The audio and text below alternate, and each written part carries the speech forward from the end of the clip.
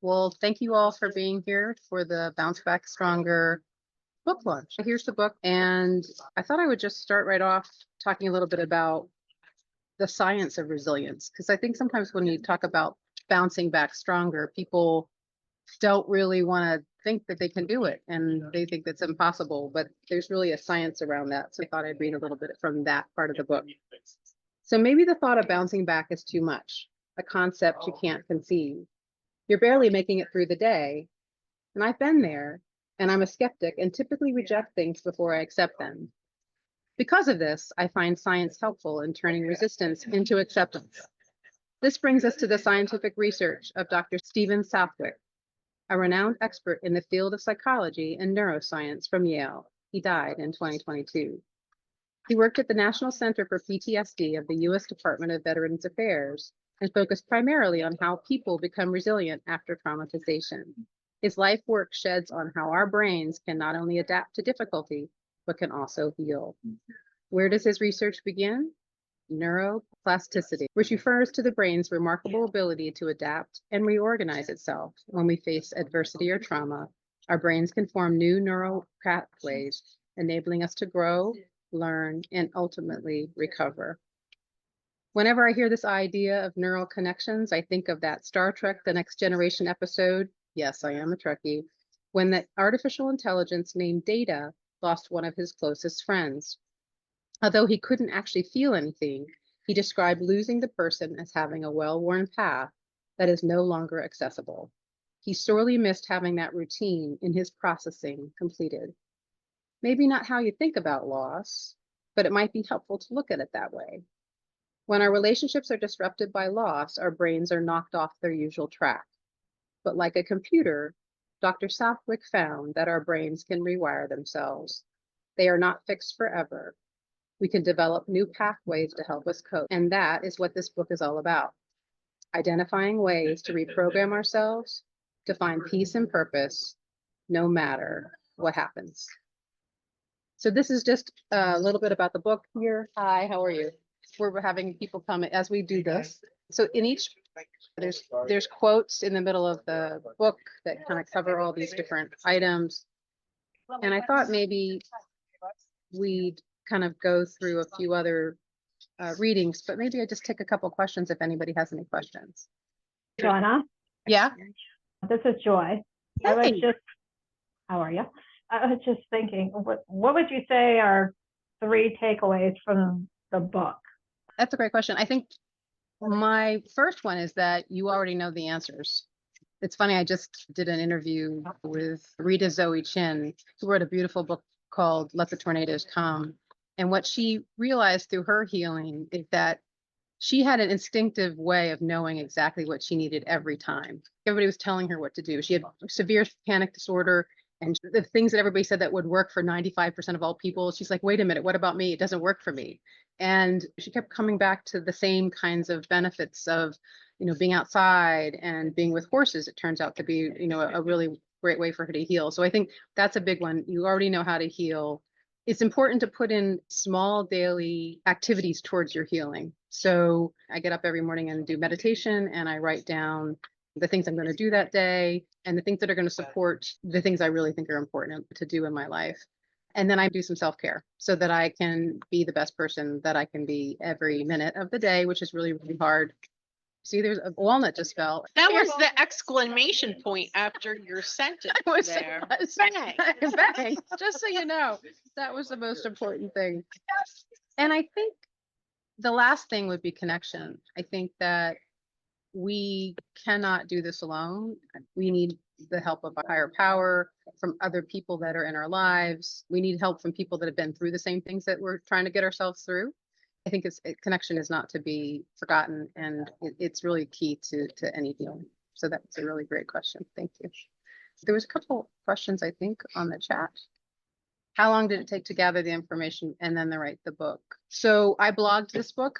I blogged it in newsletters, and I will be doing the next book that way too, actually. And the first book was done that way too. So I blog every month towards the topics that I want to cover. And then at some point at the end, I decide that it's ready to go. And then I put it in a draft form, And then I go through and there's chapters that are missing when you do that. So you go back and you try to figure out, okay, maybe I missed this thought. And I'd say probably 4 or 5 of the chapters showed up after the first draft. So, and it took me, this book was shorter. It took me probably about a year to do.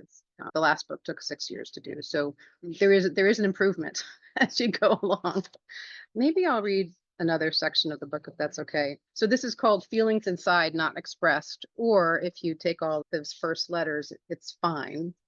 It's when we say we're fine. It was 9:30 p.m. on a Thursday. One hand was deep inside a Cheddar Jack's Cheez-It box, and the other held a full wine glass.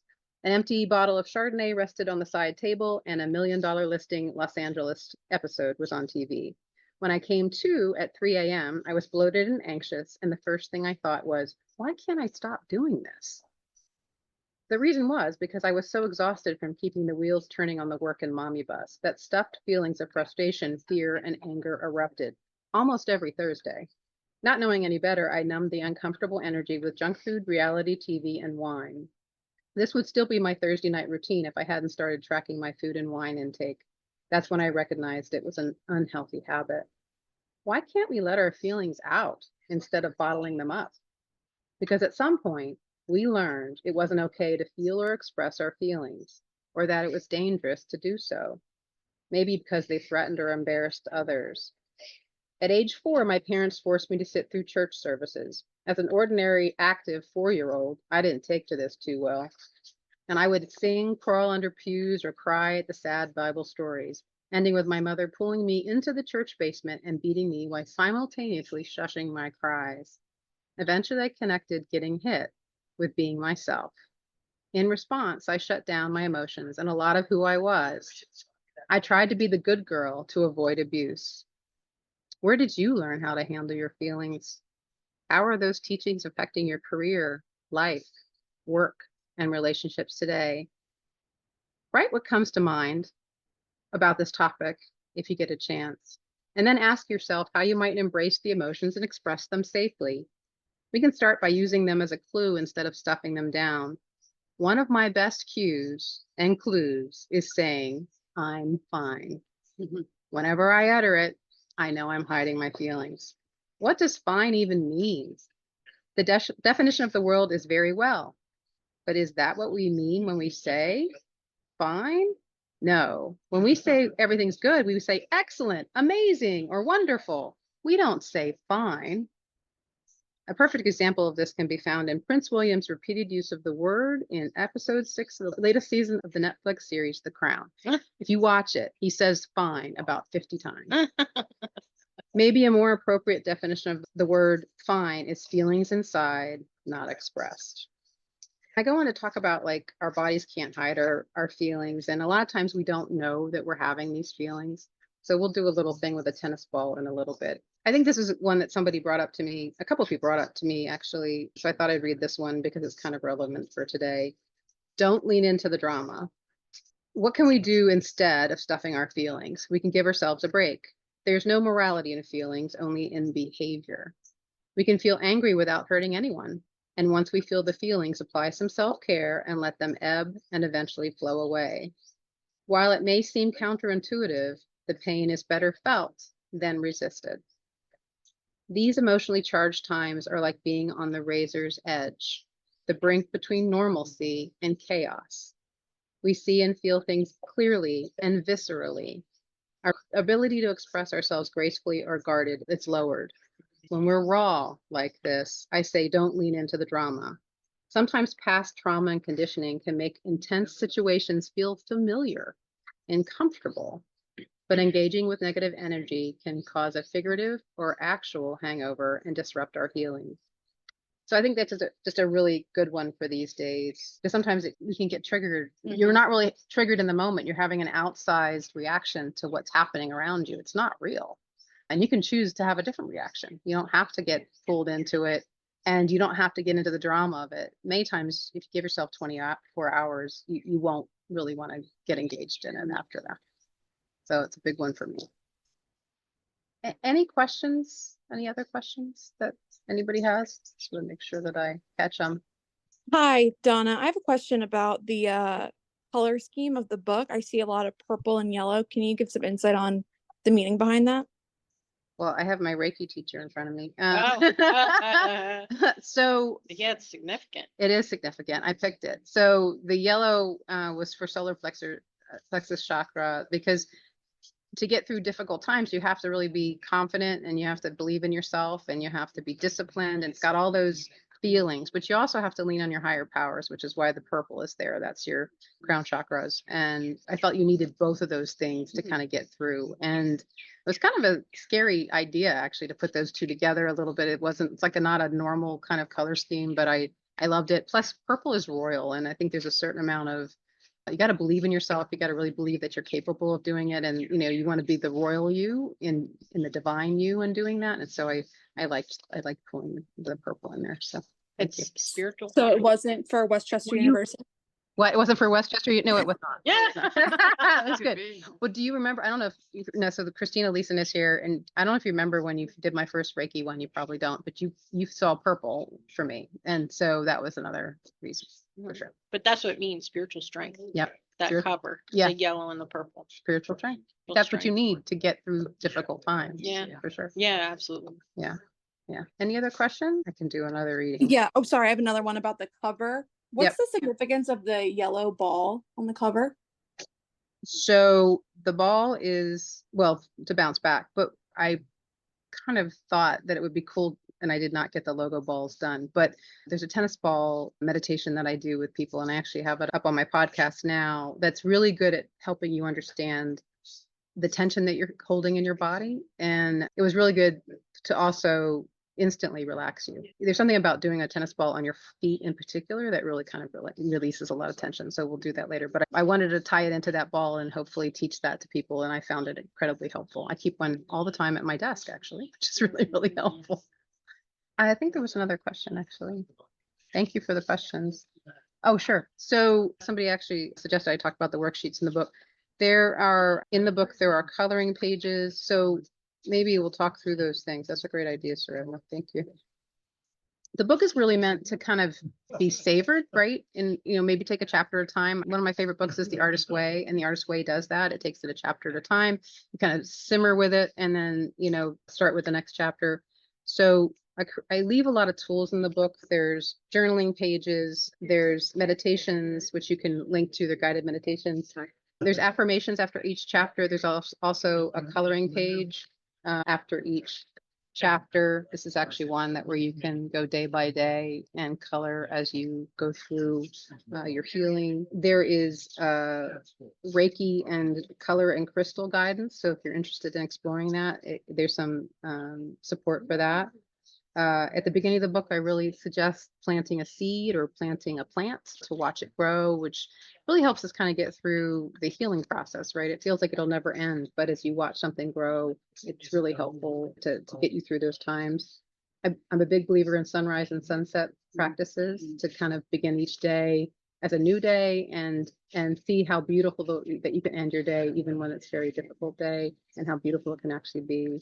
So there's a lot of those types of things here. And then at the end of every chapter, there's a list of affirmations, which people can find really helpful. And because of some of my students, we have journaling pages too. So Patty recommended that. So if she listens to this later, Patty, thank you. You can also get your own journal, but my hope is that you keep these things together and you can go back and look at them. Any other questions? Otherwise, I'll read one more thing. Pardon me, Donna. Pardon me. It's Mary Lou. Hi, Marla. Your ideas, hey, my dear. Your ideas and your suggestions they're building as well as healing. You're making you're showing the individual as they are just buried in their grief or trouble or whatever it might be, how to climb out and be stronger. This is great. I love the idea of a plant, and it's so true. I call it playing with God's hair, and I didn't realize that it was helping me by watching something grow. Yeah, it makes a big difference. And it kind of reminds you that the process of losing and healing is a natural process.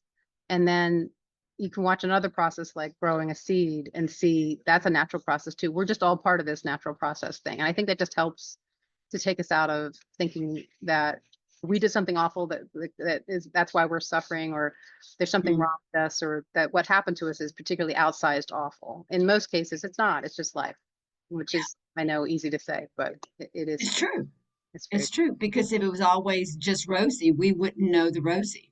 we wouldn't know how grateful, yeah, we should be, right, for what we have. Boy, please go read. I want to hear more. Thank you. You so much. So this is from chapter 8, Body Wisdom. I have no idea how he found me, and I'm a bit peeved to be standing behind a salon reception desk, receiver in hand. This would be marginally acceptable, but I look like a satellite with crinkled aluminum foil pieces all over my head. Not to mention, the lobby is full of people gawking as I try to calm the whining male on the other side of the line. I know it's Sunday, Donna, but you've got to come in. I can't figure this asset liability spreadsheet out without you. And the bastards want the report on Wednesday. Yeah, I know. That's why I asked you to review it 2 weeks ago. Can't this wait till tomorrow morning? I'll be there first thing. I sink into the receptionist's chair and grab a handful of peanut M&Ms from the counter candy jar. I have an 8 a.m. tea time tomorrow with the city pension manager. It's going to be 50 degrees. Not many more golf days with winter coming. The irony. He wants me to come in on Sunday because he'll be golfing during regular business hours, although he'll say he's working. But does anyone believe that golfing with clients is work? I'm kind of in the middle of something, I whisper. No need to give the lobby participants more entertainment than necessary. You keep saying you want to be promoted and have your own team. This is how you get there, darling, by making things happen. Darling? For God's sake, he was born in Allegheny County. Okay. I'll be there in an hour. Make it 30 minutes. I know where that salon is, and it's only 15 minutes away with Sunday traffic. So that scene happened to me and still happens to me. And the key of that scene is that I reach for M&Ms because that's what I do, right? I reach for food when I'm stressed out. I still do it. But it was important to kind of know that that's kind of what you're doing and that you're having a reaction. Like when you're doing that, you're like, okay, what's pissing me off, or what am I not managing, or what am I not addressing? And one of the most profound, and I'm going to read this section, one of the most profound early yoga class experiences was when a teacher asked us how we felt at the start of class. I had never thought to ask myself that. And at the time, I really had no way to answer. I had no real connection to how I was feeling. I was just reacting all the time. And it's a simple question because it can be hard to respond when you're not connected to your body or understand how past trauma is triggering you all the time. And this can lead to impulsive or hysterical responses to current situations that harm relationships, and they can harm careers. In other words, hysterical reactions may be due to historical triggers. And sometimes I say hysterical is largely historical. One of my favorite quotes is by Viktor Frankl. Between stimulus and response, there's a space. And in that space is our freedom. How do we find that space and the ability to pause? Yoga, as well as Tai Chi, Reiki, and EMDR and EFT can downregulate our nervous system so we can think more clearly. And since trauma sits in the body, physical activities that involve breathing and movement can heal and release it. So I am going to do the tennis ball. I don't know if anybody has a tennis ball on the line, so I may just do it, but I wanted to see if there's any more questions before we finish up. How was it working with the designer? Oh, thank you. So Amy Janad Placentra did the book design. She also designed my first book. I can't recommend her enough. I think we probably had maybe 10 or 15 different book designs. And I also worked with Melanie Votaw, who I should do my acknowledgements. Melanie Votaw, who was my developmental editor, and she was incredibly helpful in determining how this cover should look. I also went to bookstores, which I highly recommend if you're doing a book, and taking pictures of everything I saw. And then we worked together quite a bit over time on this cover. So anyway, she was phenomenal to work with. Actually, let me just do the acknowledgements real quick. Here's the acknowledgements. My dad died when I was 25, and my life fell apart. He was the only parent who loved me unconditionally and believed in me. He said I would be the most spiritual of his children, even though I had recently received my MBA straight after undergrad and was pursuing a money-focused financial career hard. Now I have to say it was the 80s, so was everybody else. After he died, I was lost and overfunctioned for a time. I cared for my mother, took on a job with a required 80-hour work week, which is where that scene from the beauty salon comes from, and fell into a marriage that felt safe. I leaned heavily on the book, How to Survive the Loss of a Love, and vowed to share what I learned with all my friends facing their own grief journeys, thinking I had it all figured out. What I realized today is it's not enough to survive. We've got to bounce back and we've got to thrive. And so here I am, over 30 years later, publishing this book, knowing that loss is one of life's biggest teachers and it never stops giving. This book encapsulates everything I've learned from my loss journey, and in writing my memoir, We've Got to Stop Meeting Like This, and the related workshops and retreats that followed. Thank you to all of my readers, students, clients, and podcast listeners for reading, following, and allowing me to be a part of your journey, especially Christine Bennett, Teresa Hoffman, Lydia Lampert, Patty Stromberg, and Sylvie Ashby. Thank you to my copy editor, Kevin Ferris, developmental editor, Melanie Votaw, my sanity check editor, Beverly Wilkes, and cover and book designer, Amy Janad Placentra.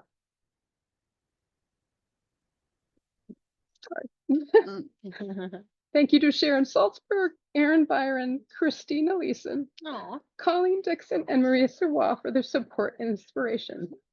Special shout out for my siblings for their love and support, no matter the distance between us. Thank you to Samson and Yogi, Cooper and Jake for their unconditional love and effortless ability to make us laugh. Thank you to my best friend, Joy. I am so grateful for your gentle guidance in my life. Thank you to my dear children, one upstairs, one on here, who have taught me as much as I have them. And finally, thank you to my beloved Kevin for showing me what it means to be kind, generous, and loving. I am blessed by every day we are together. Lovely. Yeah. All right, so she starts crying, so we gotta be done. So I'm gonna do the tennis ball. For those that are here, I've got tennis balls, so grab a tennis ball if you'd like to try it. So you can do it from the floor. Bare feet would be best, yes. So we're gonna just start off with the tennis ball right below the big toe. So I will just tell you guys how to do it. So we're gonna bounce on that tennis ball right there, right below that big toe, that pad there. And then you're gonna roll it back and forth on the pads right below the toes. So we're just gonna do that for a moment. Do you don't have to press real hard or Nope. you have to press hard? No, you don't have to press hard. You just can just a little bit.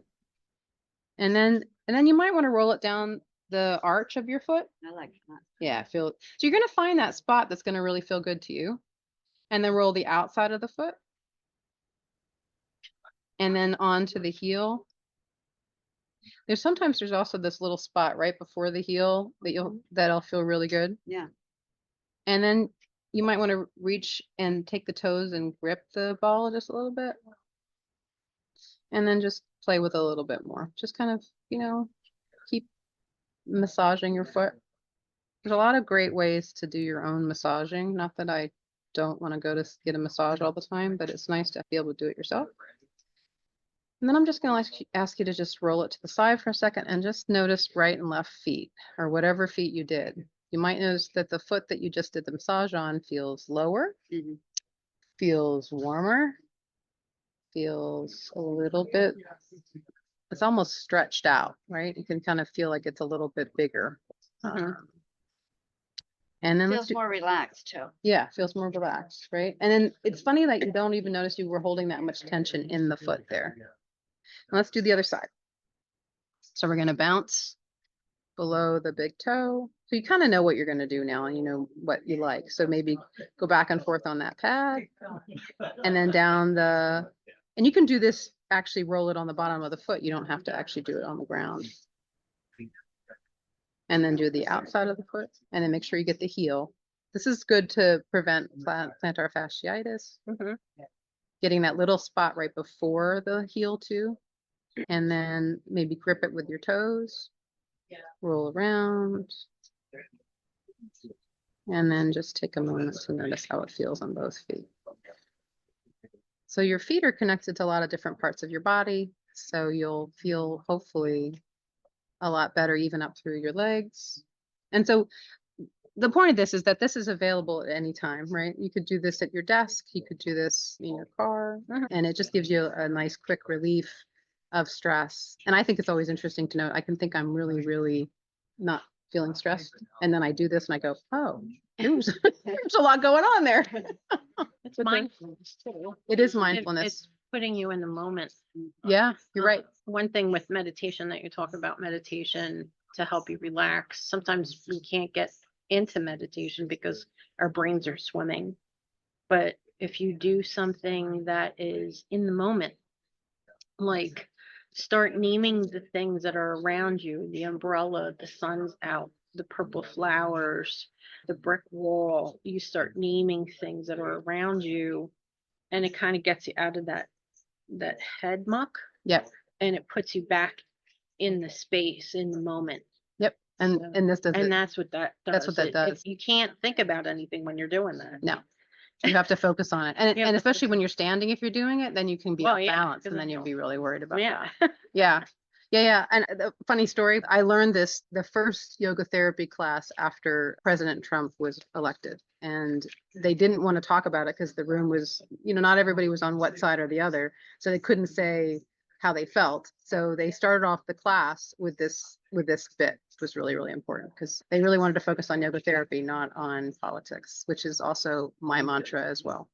So I think with that, I'm going to close. So thank you all for coming, both here in person and online. Thanks so much. And if you have any questions or anything, just feel free to reach out. Namaste.